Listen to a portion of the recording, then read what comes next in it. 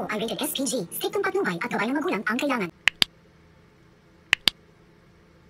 Itatakas nga nito nga ni Emma, ito nga ang kanyang kinikilalang anak-anakan ngayon na si Moki. Dahil na rin naawa na nga siya sa kalagayan ng bata dahil kahit ano-ano lang umano ang itinuturok ng ina na ito na si Olive. Kaya naman naisipan nga niya na dalhin nga ang bata sa kanila. Dahil pag umiiyak raw itong si Moki ay nasasaktan raw umano itong si Emma. Kaya naman naisipan nga niya na dalhin na lang ito sa kanila. Subalit ay meron din gagambal nga sa kanya dahil alam niyang pag malaman nga ito ni Olive dahil baka ay aalis ito at dadalhin na naman niya si Moki sa ibang bansa.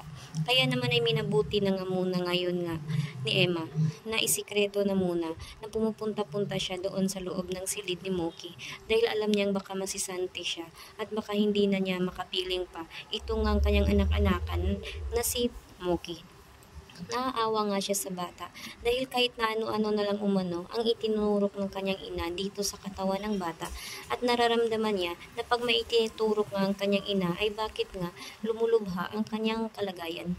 Kaya naman dahil dito ay malaki nga ang kanilang duda na baka nilason nga ni Olive ito nga si Moki. Kaya ngayon ay nag-iisip na sila ng paraan kung paano nga nila itatakas itong si Moki.